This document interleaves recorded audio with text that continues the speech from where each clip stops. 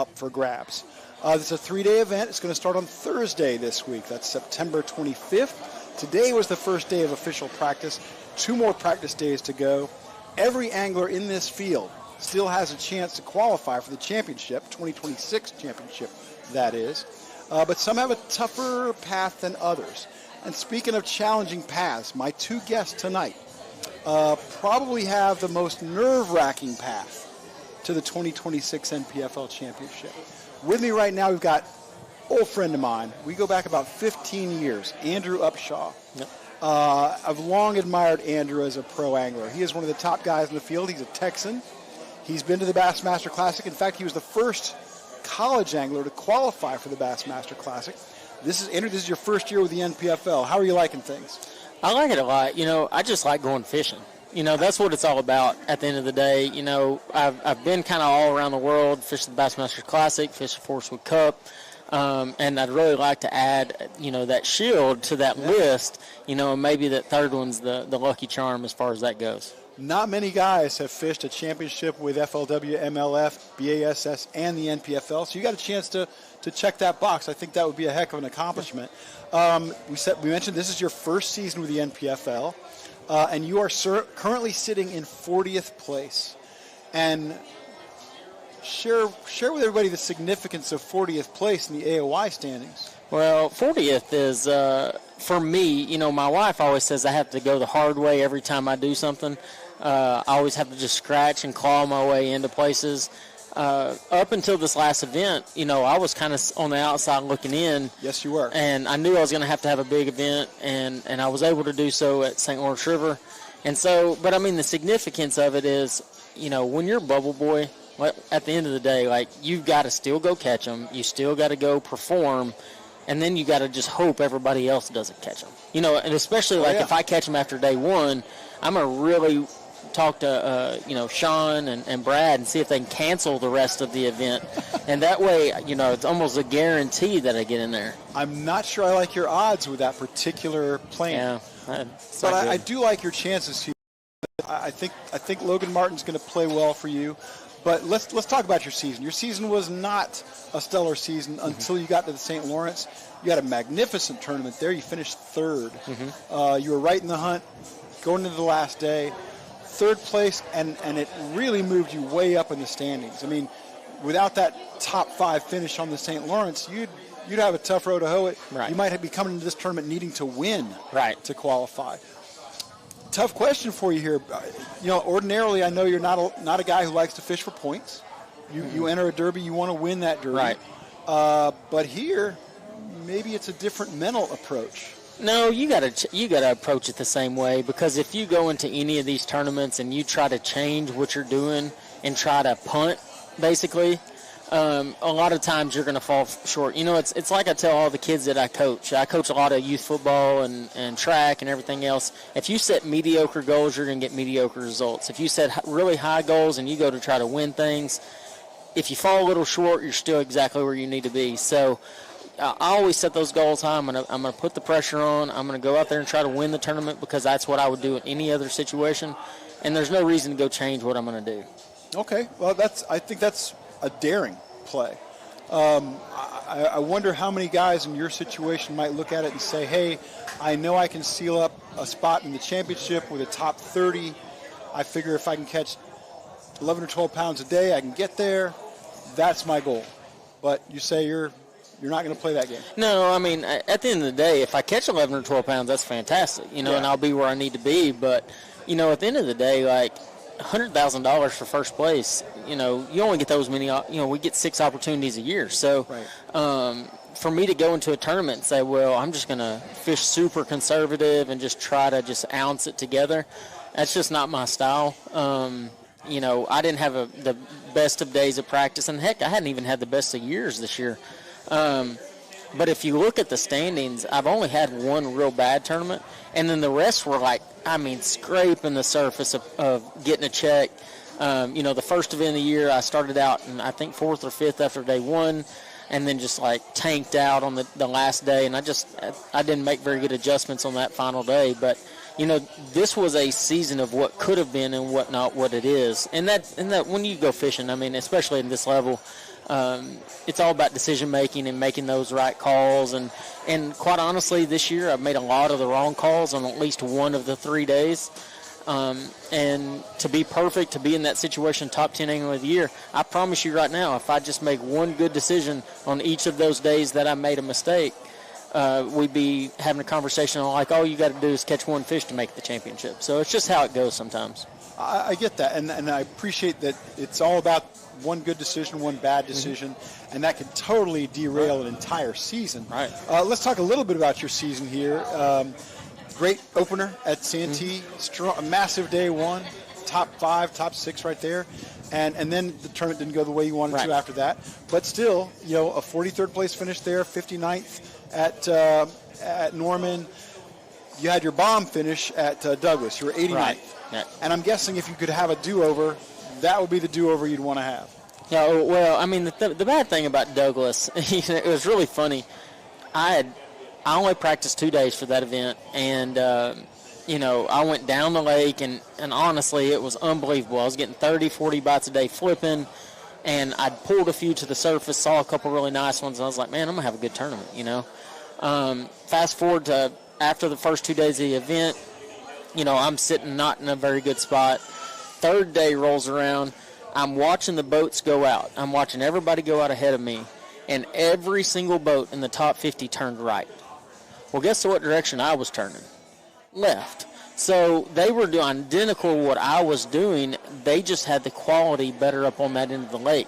But me being me, I'm like, well, I'm not going that way. I'm going this way, and I'm going to by God outfish them. And it just didn't work out that way. I'm going to zag while they zig, and I'll have all these fish to myself. Well, yeah, and the other thing is I would never go out there and try to poach somebody's stuff. But, when I watched that, it was kind of one of those moments that I was like, wow, dang it, I just straight up missed that one. I mean, but it was because as soon as I launched that boat, I landed on them, and I didn't really have those days, that extra day or two to really adjust to find new ones. Okay, a couple minutes ago, you used one of my favorite words when talking with anglers. You said the word style. Mm-hmm. Now, you're a lifelong Texan. Yeah. And when I think of a guy from Texas, I think of a guy who likes to pitch and flip. I think of a guy who's good at dragging a big worm offshore, stuff like that in the summertime. Probably really good with a deep diving crankbait. Mm-hmm. How would you describe your fishing style? And I'm going to take the word versatile away from you. You can't say versatile. Well, I mean, that is mine. No, you can't say that word. How would you describe it? Are you a power fisher? I don't, man. It's hard to say. I mean, especially with this day and age. The funny thing is, that's a question that if you'd have asked me 10 years ago, I would have said I absolutely would never take a flipping stick with me. And that's the crazy thing is. Yeah, that's not what I think of for Texas. Right. But at that point, when I started my career, we were deep cranking, dragging a worm, doing a big jig. Because you didn't have forward sonar, because you were out there actually having to be meticulous and things like that. Well, nowadays, what I did is my career went from offshore to going back to the bank. And so I've readapted, frogging, flipping, things like that. So I'm just as likely to go mix it up with finesse rods as I am to go flip or frog or anything else. But my greatest strength is sight fishing. If I had to just throw a dart against the board, that's awfully impressive. And if a season is spawn loaded, nothing better than to be really good at sight fishing. And I'm intrigued that you tell me 10, 15 years ago a flipping stick was not a big part of your arsenal. How do you grow up in Texas and not be a hardcore flipper pitcher? Actually, the crazy thing was my biggest mentors when I was growing up were Tommy Martin and Ben Matsubi. Well, neither one of them. That's true. And so I learned the old school worm dragging deal, doing a lot of different things, ripping a lipless crankbait out of grass, and I was really, really proficient at that and really good at that. And fishing offshore was really a big, big thing, especially. Okay, so you were you could drag a jig or a worm. Oh, yeah. I don't know. That's kind of a power game. Yeah, and honestly, if anything, the more I fished, at a tour level, the more you have to adapt to the finesse game, And for the last handful of years, I would probably more finesse standpoint, just as likely to go pick up a shaky head on this spot. The crazy thing is, if you look at my deck in the morning of almost any single tournament that I fish, I've got like 25 rods on the deck. Well, now you're telling me you're a junk fisherman. Oh, it's so bad. Because you're the thing is, whatever's in front of you. Right. So the problem is if I put it in my rod box, I will lose my mind throughout the day. Thinking about it? You should Thinking pull it about out? it. Right. And so if I just leave it out, I'm good to go. Hilarious, but I admire the guys who are good junk fishermen, and you're obviously very good at that. You know, Gerald Swindle has a massive reputation as a junk fisherman. The guys who have, now I have not heard about 25 rods. I hope that's an exaggeration. It's a slight exaggeration, but not much of one sometimes. I think Gerald has a rule that he never has 13 rods on the deck. Yeah, I feel like that's a bad deal. Yeah, but okay, so with 25 rods on the deck, everything is in play. Right. From the surface down to 25, 30 feet, I'm guessing. Exactly. And I'm not even going to ask you how you balance a shallow, deep opportunities on a particular day of the water, because it seems like you got to invest a lot of time deep to really get on something versus you can do a lot more exploration with a better chance of a payoff in shallow water. But actually, it's kind of vice versa. Okay. You know, the payoff in shallow water, a lot of times you don't even have to practice that. So once you get your clue on your shallow stuff, I might have 6 or 8 rods rigged up that are maybes, or what I consider maybe rods. So if I get in the right situation where I feel like it's the exact right thing, you know, like whether it be picking up a swim bait or a swim jig or something like that, I want to have that exact rod rigged. I see my situation, I make my 2 or 3 casts, I'm like, nope, it's not it. And I put it down, and then I'm good the rest of the day. I don't even have to look at it. But if I have that rod in my boat and my rod locker, my Bass Scout rod locker, I'm going to be thinking about it. And I'm going to see that situation, and I'm going to have regret. And then it's going to creep in. And that's how my brain works. It's bad, man. Like, it's so bad. All right, I'm bringing in a new element to Roundtable today. Oh, gosh. You're going to be the guy debuting it for us here. That's not good. No, it is good. It is good because you brought what I asked you to bring. I asked Andrew, I said, all right, Andrew, I want you to bring your MVB, your most valuable bait. I said, if there's a single bait this year that's really been a major player for you, that's factored in a lot of your tournaments, I want you to bring it and show everybody, and I want you to talk about why it's been so good to you and maybe some of the ways you like to fish it. First, before I do that, yes, sir. Did you name this, or did you have some help with that? Because it sounds like something you would do. It is. It's a really terrible idea. But anyways, let's talk about it. Let's talk about my MVB. Why do you have to? Golly. Doesn't let you pick these names? Well, I didn't tell Brad I was going to do this. I have gosh. to sneak these things in before somebody stops. So this is the package of baits right here. By the way, I was so excited when Andrew brings these baits in, and they're baits that I also enjoy using. So that made me feel good. The bait that I brought today is a Strike King Menace grub. They call it a grub. I mean, it's got a rounded body. It's got a twin tail. This bait has been instrumental for me throughout the year and basically every single year that I fish. Yeah, it's been around quite a while. It has. It is the most versatile bait that we have as far as fishing a swim jig. I really, really love putting on a swim jig, putting on a buzz bait, putting on a thunder cricket, rigging it vertical. I do a lot of different things. I sight fish with this bait. It's a little bit more compact than maybe a rage bug or something like that. So you get those more finicky fish like spotted bass, smallmouth. They tend to eat it a little bit better. It's got a nice kick. Right.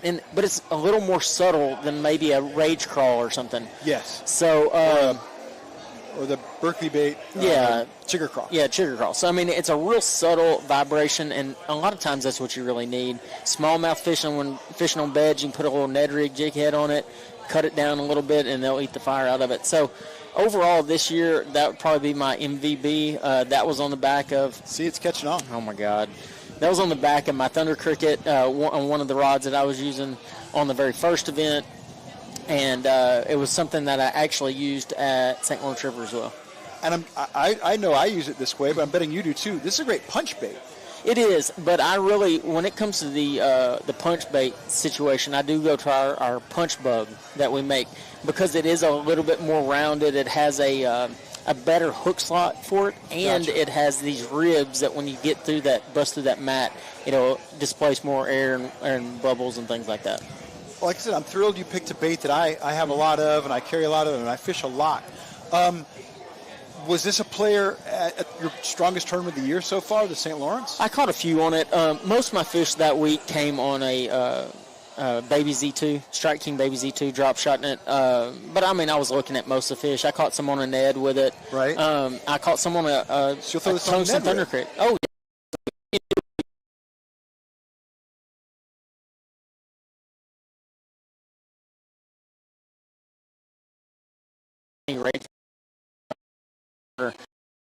That bluegill down there eating their eggs, and they'll eat it up pretty good. I can see that. They make actually a baby menace, but I don't like the baby as much as the regular. I just like cutting down the regular, and I tend to catch them on a little better. Great advice from Andrew Upshaw on the Rage Grub. I'm sorry, the Rage Menace Grub. Oh my gosh! So I get the name wrong. MVB. Now you're MVB. That's going to catch on. That's going to be big. It's not going to catch on. MVB. Y'all comment below and tell him what he really thinks about MVB. MVB is strong. I don't know why anybody wouldn't love MVB. You know what I like about you? I can't imagine there's anything. I know. There's a couple things. You know who you remind me of is Matt Pangrak with your statistics.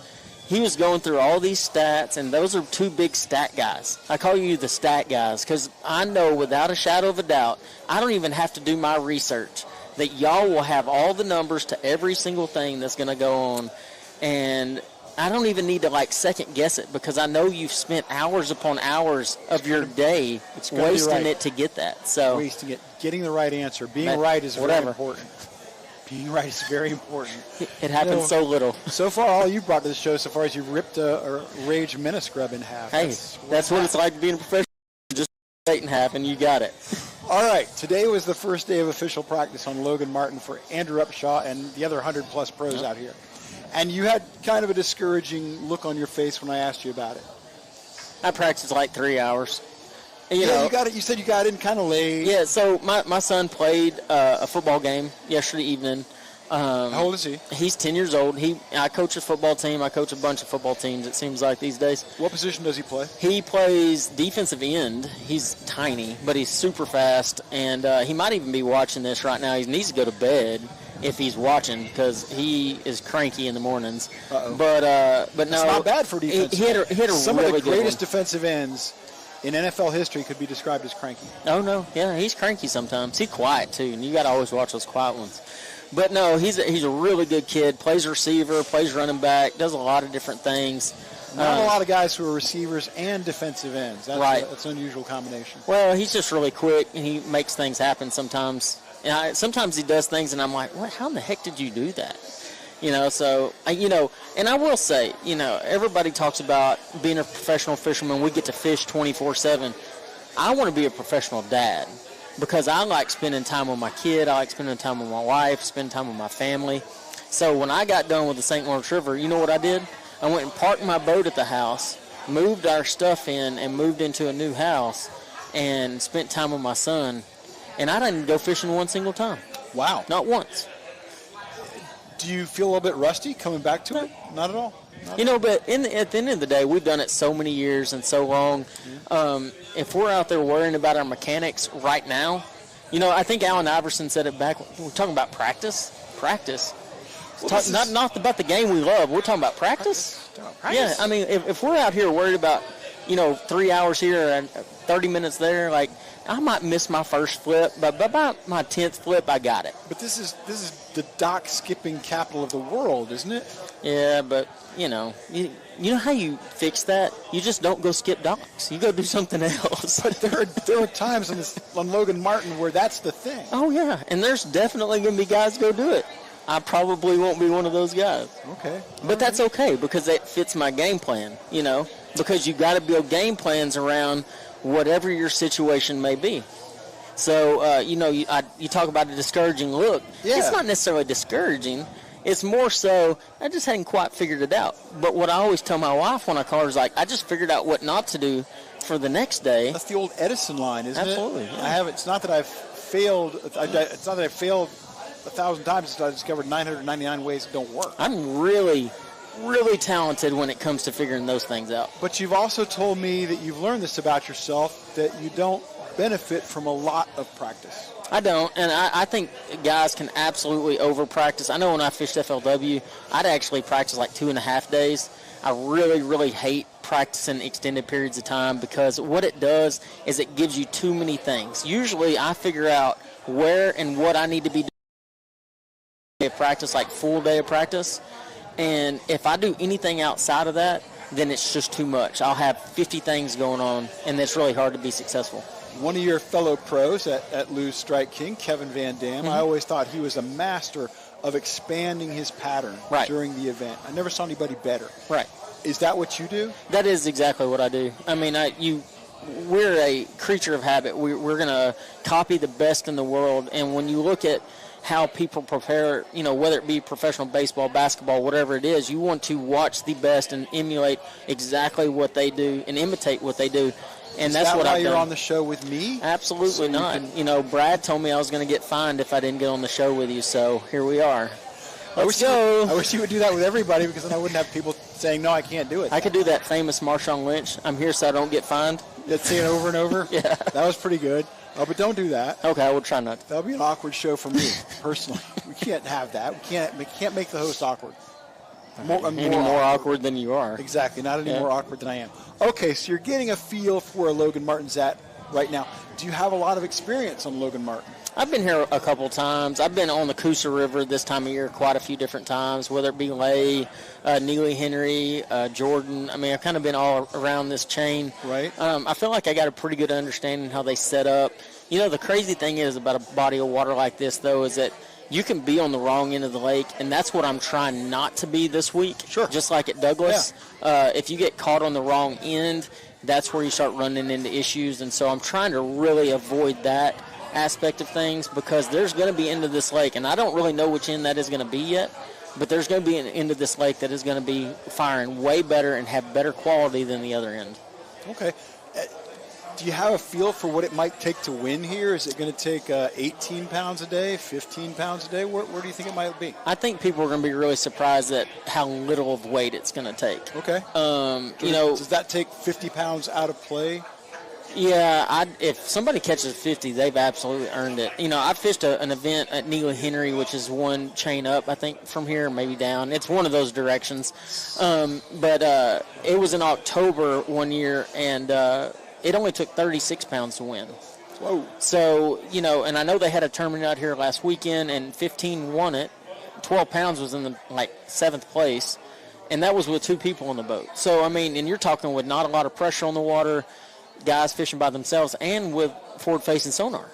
So you're taking that out of the equation. You're talking Coosa River in the heat of the summer, because it did actually cool off here, and now it warmed back up. Andrew Upshaw is in this tournament, not some pretend Andrew Upshaw from Leeds. Hey, did Alabama. You know that the only 2 tournaments I've ever won, big tournaments that I've won? Well, now I've got 3, but 2 of my biggest tournaments I won flipping. Did you know that? I did not know that. One flipping with a spinning rod and one flipping with 15-pound line. Flipping with a spinning rod? Right, that's right. That's not allowed. Yep, I did it. 6-pound line. That used to be called pitching. Tom Mann advocated. Yeah, no, but I was doing it like this. Really? No. Oh, why did I invite him to the show? That's the big question tonight, isn't it? You wanted views on the show. I wanted to be abused, apparently. Okay, so you think it might take as little as 44, 45 pounds? Yeah, I think reality speaking, I mean, don't get me wrong, we got some insanely strong guys in this field. Oh, the field is not the question. Yeah, I mean, it's just going to be the question. Yeah, the fishery is going to be the thing, and how on top of each other we're going to be. On if people find the same thing and it spreads fish out. All it takes is one boat being on top of what you need to be on to split those up. And you're talking a school of fish that might have 10 or 15 in it, but when you split it up, it's got 6 or 7, 8, whatever it may be. So it's really difficult to do that and to actually be really, really consistent this time of year. We don't have a lot of current out there. If there was more current out there right now, I'd be way more likely to say that the weights would be higher. Okay. I fished an event here in spring a few years ago, and it still only took 11 pounds, right 11 and a half pounds a day to even get a check. but that's when the fish were fat. They were spawning. They were everywhere. You could catch them doing anything and everything that you wanted. So I don't foresee the weights just being just gangbusters, but I also don't. With this field, you can never discount them and say that they're not going to catch them. So they're always going to catch them. They're always going to figure out a way to catch them. Somebody's going to figure it out. Right. So, I mean, you're still looking at probably 45 pounds, but I'd be shocked if it goes over that. All right, even though I try very hard to forget about Andrew Upshaw, one reason I can't forget about my friend Andrew Upshaw is because he's very active on social media. Tell us about your channels. I want everybody watching to check out Andrew's channels, all the stuff he does. It's very interesting. It's informative. It's fun. He knows how to use social media. Well, see, I have like more so just like an empire. It's not an empire. But an empire. An empire. An empire. Yes, it's an empire. I'll just call it what it is. Wow. No, but what an ego. Well, no, it's not an ego base. How big is that? It's a size 9 cap. No, it's way bigger than that. Ask my wife. No, but so the deal is we have Let's Fish TV. We have Let's Fish TV on Facebook, Instagram. We air on Sportsman's Channel, FanDuel, Southwest, Southeast. And then we have Andrew Upshaw Fishing, which is on our YouTube, Facebook, Instagram, TikTok, all of those things. We do a variety of content, whether it be for the novice angler or the professional angler, and a lot of things in between. We actually just started a podcast. I'm going after you, buddy. I'm going after you. We've got a new podcast. It's called Upshaw Unfiltered. I bring on a guest each week, but it's not going to be fishing related. We're going to bring in a lot of other guests and things like that. I guess my invitation to join as a guest has been lost in the Oh, yeah, you're absolutely. atmosphere I need views on this, Ken. I don't need people to turn it away. You know what I'm saying? I'm afraid I do. That's what makes me sad. I'm going to get some good people, though. Don't worry. All right, folks. Check out Andrew Upshaw on all his various channels and platforms. He's really good. He's very interesting. It's a lot of fun. And, Andrew, I wish you luck. Thanks, buddy. Staying in that top 40 and getting to the 2026 championship. A little confusing. We've got a championship next week on Hartwell. Those are for the guys who qualified in 2024. Andrew's out there fighting for a slot in that 2026 championship, but he's also trying to win out here at stop number 6 on Logan Martin. Thank you, man, for coming by. Buddy. Appreciate you. Take care. Hand those over to my next guest. Oh, well, he's coming. Let's get him in here. And Andrew loved MVB, didn't he? He loved Most Valuable Bait. He knows that's the title it's going to stick. He knows that's the plan for it. My next guest, all the way from Dover, Florida, Darrell Davis, double D, D squared, all the various jokes I can make about the D letters. Darrell, welcome to Roundtable. Oh, thanks for having me. Oh, it's our pleasure, man. Now, I was talking in our introduction to the show here that there are going to be 40 guys punch their ticket to the 2026 championship. And I think the guys with the two most nerve-wracking paths to the 2026 championship are the gentleman who just was in that seat, Andrew Upshaw, and you. Because Andrew's in 40th place, and you are the bubble boy in 41st. I'm right behind him. Right behind him. And it's not because you haven't had a good year. Yeah, I've had some. I've had a really good year, but I've just had some bad things go wrong. We'll talk about those a little. I want to go into that because just some horrible. Yeah. And horrible luck. Self-inflicted on 2 of the deals, so it's that's part of it. I thought I fished really good this year finding fish. I've had no problems finding the fish and figuring out what to do. You absolutely have. But come tournament days, it's not that I fall apart. It's just things go wrong, and it's happened more than once this year. It's like I can't fix it. I've tried. I mean, the last tournament I did a good job. I fished clean. But, boy, there was 3 in a row there that I was pulling my hair out. Didn't know what was going on. Terrific event at St. Lawrence. 26th place, absolutely terrific. And that St. Lawrence performance is largely what has put you where you are. Yes. Just outside, just on that bubble right now in 41st place. And I want to go through a little bit of your season here and a little bit of your career with the NPFL. This is your 3rd year in the NPFL, 2022, 24, 25. You've been to the Forest Wood Cup. You've climbed the mountain. You've been to the top and seen the peak. And you're fighting to get to another major championship here with the NPFL championship next year. And before we go into a lot about your season, I want you to tell everybody, if you would, just a little bit about your style of fishing. I love to get guests on here and ask them about their fishing style. And Darrell, here's the trick. I don't want you to use the word versatile. No, my favorite, I'm a shallow water power fisherman. Excellent. That's my favorite. Now, I'll do anything. I'm a junk fisherman by trade because I have to be. But if you give me power water or shallow water power fishing, I'll do it all day, every day for the rest of my life. I love it. I love that because I'm approximately 0.1% as good as you are. But that's how I would describe myself as well. I love fishing shallow water. I love throwing a variety of baits at them, fishing whatever's in front of me. You're a Florida guy, so I'm guessing that you are very good at pitching, flipping, punching. I'd like to think I am. I've had a few days this year where I didn't think I was, but your track record proves you're outstanding at that. I love doing it. Yeah, you've done too well for too long to say you're not outstanding at that.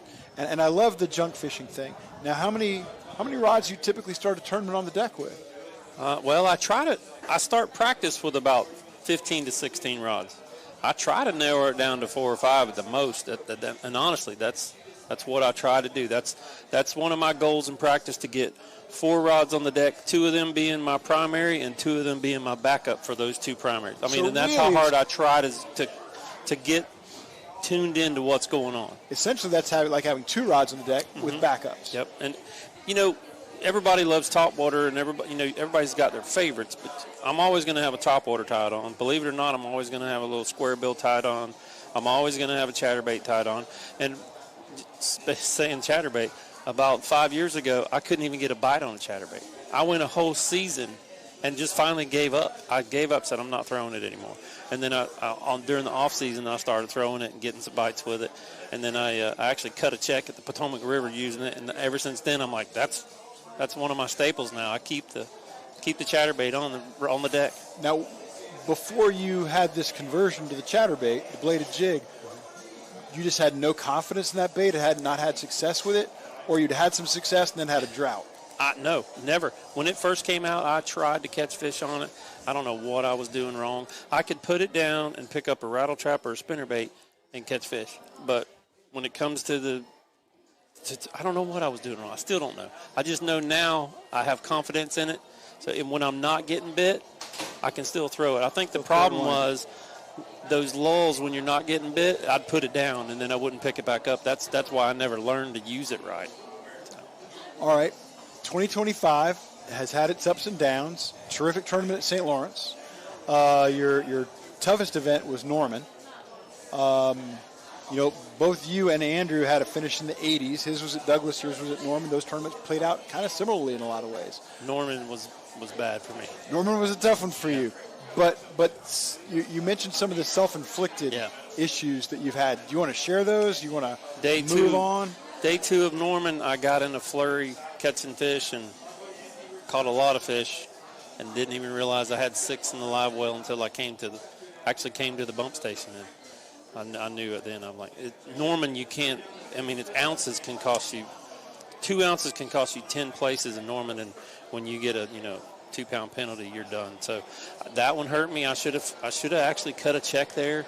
That 2-pound penalty, I think it cost me, when me and my wife looked it up, it was 35 places for 2 pounds. Yeah, 2 pounds. Yeah. There was a world of tiny fish caught at Norman. Yeah.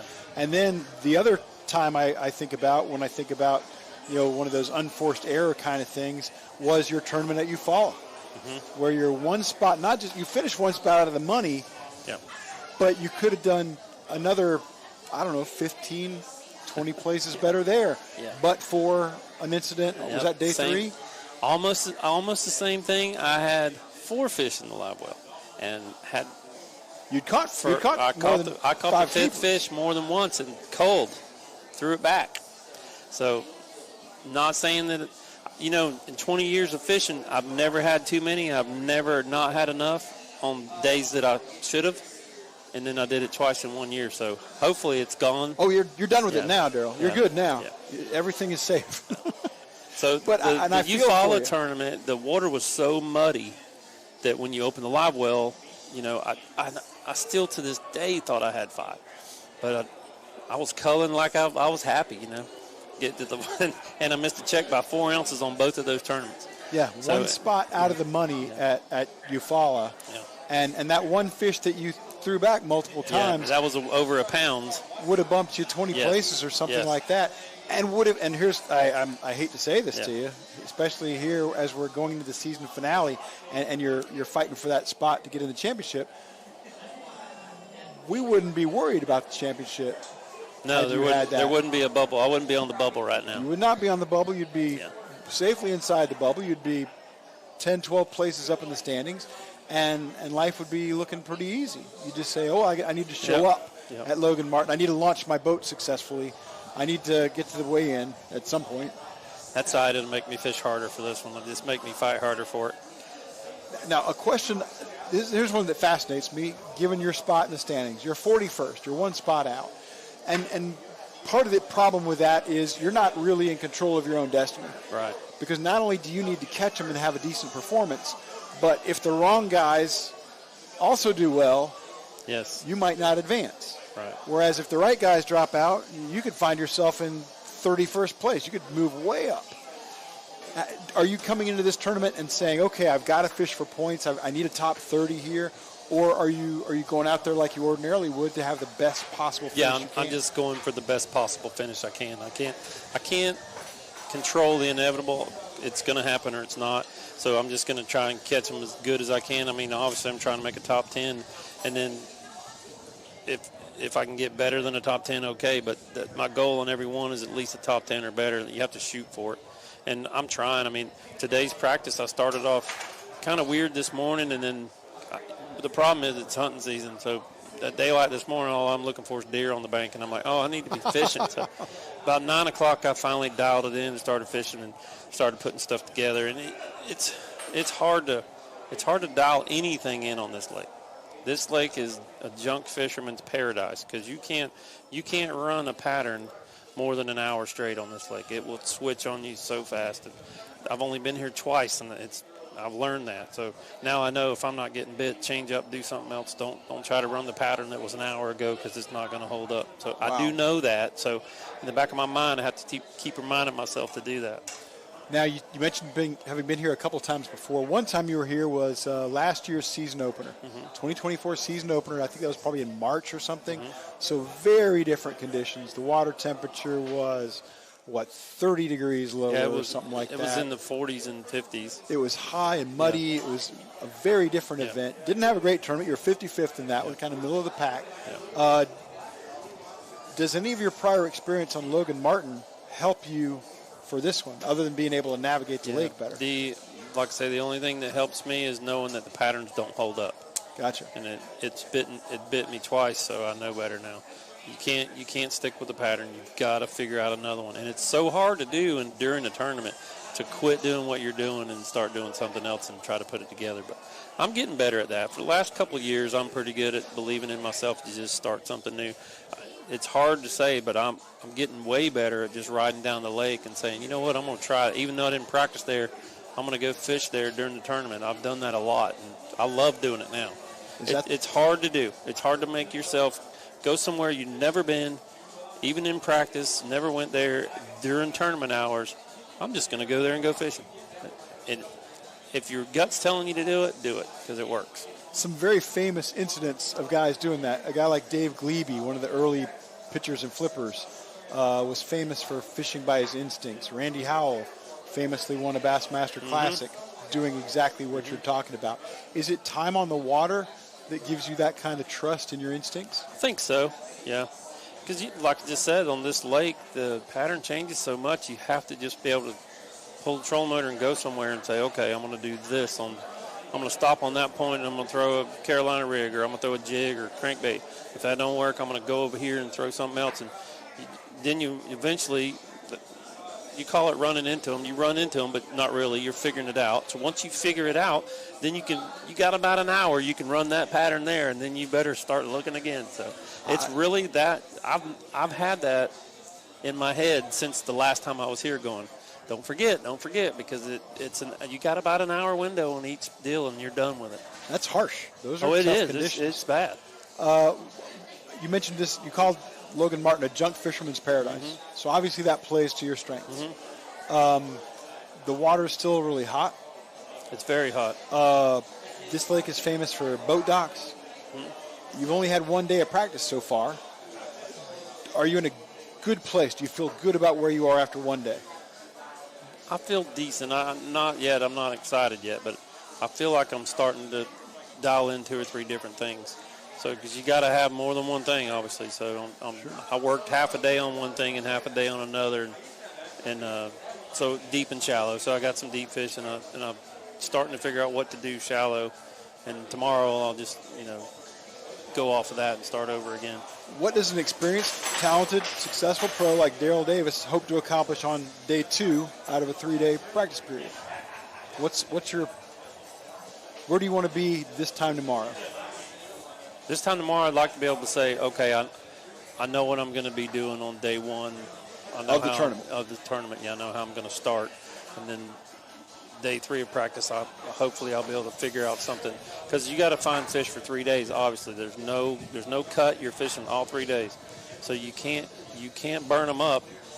You're gonna burn them up, is what I mean. You're gonna burn your fish up days 1 and 2. You gotta have 3 days worth. So what I'm trying to do is find two solid days worth of fish, and if I know I can do that between those 2 days of fishing, I can figure out what I'm doing the day 3 of the tournament. Use my days 1 and 2 to figure out what I'm doing on day 3. Does that make sense? It does. It makes a lot of sense. As a matter of fact, it brings up a question I hadn't expected to talk about with you, but I want to ask your opinion on this. I feel like the guys like you, like most of our field, who are very familiar with multiple day tournaments, have a massive edge over a guy who's fished a lot of 1-day derbies or maybe the occasional 2-day tournament. Whenever I see those guys who are accustomed to fishing 1 and 2 days put in a 3-day tournament, I feel like they're at a substantial disadvantage. Is that a fair statement? I wouldn't say that it's a disadvantage. They're just in a different mindset. Okay. That they're good enough to catch them on 2 days, so obviously they're good enough to catch them 3 days. Just the mindset is you got to find enough not to burn them all up. Right. And if there's a lot of people, like when they're out deep, you get into a rotation, you'll be fishing the same stuff as other guys at different times. Those are the ones that you do burn up. Because if not, the guy behind you an hour from now, he's going to do it. And that's what hurts the 2-day guys, is they see someone else fishing a spot and it just gets in their head. You can't worry about that. No matter where you go in the country now, when you leave a spot, even in practice, if you drive back by it 20 minutes later, you're going to see a boat fishing. It's just the way it is.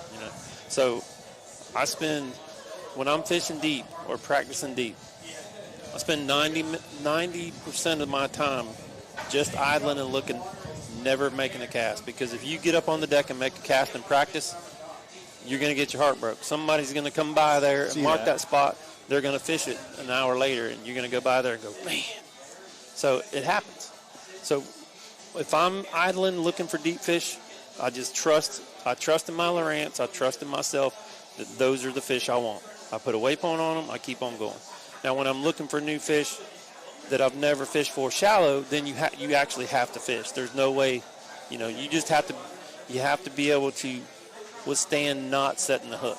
You have to learn, don't set the hook, cut the barb off the hook. Like when I'm throwing a square bill or something, a small crankbait or something, you have to roll the hooks over. So if you get bit, you're not hooking them. Mm-hmm. You do foul hook a few, and then, shaking them off when you're flipping and pitching. That's the hardest thing to do. When you get a big one in practice, just boom, all over. It's so hard not to set the hook, but you have to, I love it. I love doing that. Now, does this mean, obviously you don't have a ton of experience on Logan Martin, but let's say it was a body of water where you do have a lot of experience, something close to home in Florida, Gunnersville, somewhere where you've been a lot. Do you ever go into a tournament and say, I'm expecting there will be fish on spots A, B, and C. I'm not even going to visit them in practice. Do you ever do that? Yes, a lot. So if you know what pattern that is, if I go somewhere else and figure that pattern out, then I know there's no reason to even go practice over there. Don't even want to let anybody see me there. Yeah, gotcha. For 2 reasons, because our guys are, when I say our guys, within our division, we're not going to get on top of each other per se during practice. But locals, And I'm not saying anything bad. They can't. If they see you fishing somewhere they've never fished, it just gets in their head like, why is he there? Yeah. And they want to go. And it's human nature. I want to go see why he's fishing there. And it just so. I try to stay away on an area I've never seen a boat. Yeah, I've never seen a boat there. Why is he fishing there? And then they're just going to go and fish it. And hopefully, if someone does that to you, they don't sit there and catch them. I've had a few times where I show up in tournament day and guys sitting there, man, you should have been here at daylight. They were biting. I had it happen on Toledo Bend. Yeah. So it is heartbreaking, especially if the bite's on, like say, a shad spawn or something. Yeah. And Toledo Bend a couple years ago, that really did happen to me. I pulled into an area, and the guy was like, buddy, I didn't know you were coming here. I seen you in here the other day, but I didn't know you were coming back. And he said, but they sure were biting this morning. I was like, well, it's all right, buddy. I'll just keep going. And it's one of those spots, too, that takes forever to get back through the stump field. You can't just run in there and sit down. So it was like a 30-minute idle getting back there, and then come around the corner, and there's this guy sitting there catching them. You can't get mad. I mean, they're fishing. They're having fun. It's a Saturday. Yeah, the lake is public. Yeah, it's a public lake. Can't do anything about that. Yeah. But you're a gentleman to take that attitude. Well, you have to. You can't. If you don't, you won't be in this business long. Well, that's just so brutal. Well, I love what you're telling me about going into this like any other tournament, fighting for the best finish you can muster, a win if it's there for you. Let's say day one goes great, and you find yourself in the top 12, 10, somewhere in that range, and you feel good about your chances to go out there and do it again. Obviously, you don't change anything. You just stay after it at that point, and you fight for your best chance to win. And if you have a couple of good days, you can kind of feel you got to feel the load off your shoulders about qualifying for something like the championship. Does that free you up then to burn it down on day three? Yeah, I mean, that's the plan. And get after it best you can, yeah. I would love to be sitting in top 20 or so after day two. That'd be nice. Because then you can swing for the fences. And, I mean, you're swinging every day, especially on a place like this. You can't. I mean, I'm not saying somebody's not going to catch a big bag because they're here. There's big fish here. But putting the big 25-pound bag together here it's doable. But this time of year, it's going to be phenomenal if someone does it. Okay, you used a phrase that caught my ear there. You said a place like this. This is not a place, and we haven't had a lot of places in the schedule this year where you go out and you expect, they're going to whack them here. Right. One of those places was the St. Lawrence. You guys whacked them. Another one of those places was Santee Cooper. You guys whacked them. But this is a place where 15 pounds a day is terrific. Yep, 15 pounds is a great tournament here. Yeah, I'm sure if I said to you, Darrell, I can give you 15 pounds a day, you will say, I'll take it and sleep in. Yep, I'll sign the paper right now. Yeah, absolutely. But what do you think it might take to win this week? I think somewhere between 15 to 17 pounds a day a win. Okay, so 45 to 51 pounds a day, 51 overall. Yeah, I mean, obviously somebody could do better, but I think that's what you're shooting for. And it's not that this is not a good fishery. It is a great fishery. It's just a smaller fishery, and it has a lot of pressure on it. Yeah. And especially when we come to town, we're putting a lot more pressure on it. 100-plus super talented, world-class anglers. And anybody who wants to know where this body of water is, it's you drive right over it on the interstate if you're going from Atlanta to Birmingham. So you want to talk about a lake that sees a lot of human beings. Yes, I-20. This is one. I-20 runs right over it. So, it sees a lot of pressure. What do you think it might take? Obviously, you could finish anywhere from first place to maybe as far back as like a 45th and still find yourself in the championship for 2026. What kind of weights do you feel like you need to catch each day to feel good about your chances? My goal is no less than 14 pounds a day. Woo! You have to shoot for it. That's what I'm shooting for. Because that puts me in the top 10, and it also puts me in the championship. Absolutely, it does. You can't come into a tournament saying, "Well, I'm just going to try and catch enough to do this." No, I'm trying to win it, and I want 14 a day minimum is what I'm trying to do. I'm trying to put that together, and if I can do what I'm supposed to do, that's my job. 14 a day should get me top 10, top 5 maybe, and guaranteed into the championship. I hate to belabor this because I'm thinking if I might approach it differently, and that's why I'm not a pro bass angler and you are, because you're way better than me. But I wonder what my attitude would be if after 3 days of practice I still feel like I'm not on much. I wonder if I might change my mindset and say to myself, what can I do to catch 9 pounds a day and salvage my chance at the championship? Do you ever get into a mindset like that, or do you fight that off? I've had in the past. I've had those mindsets, and they don't really end up doing anything good for you. No, they work out, but they don't help you move up in the world of bass fishing. You start catching. So you're telling me I peaked in the world of bass fishing, Darrell? That's painful. I'm telling you, if you start telling yourself 9 pounds a day is okay, then it's not.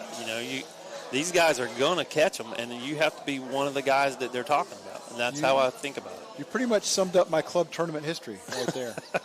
You pretty much nailed it. All right. One of the things, this is the first show I've ever done this, and I'm excited about this. I asked a favor of you. I said, I want you to bring me a bait or two that's been a big player for you in 2025. I called it the MVB, Most Valuable Bait. Andrew Upshaw made fun of my name, Most Valuable Bait. He didn't like it, but I think it's a good name. I think it's a fair name. And what's hilarious to me, not hilarious, but what's really interesting to me is you brought a bait very similar to what he brought. Oh, really? He brought the Strike King Rage Menace Grub. Yeah. And can you show folks what you've got with you today? Not saying anything bad about any other company, but this is the original Sweet Beaver. Let's put that this against is a the spicy background beaver here so people can see. This is the original Spicy Beaver that everybody copied. So the Strike King Menace Grub, that's why it's so good, because he copied this bait.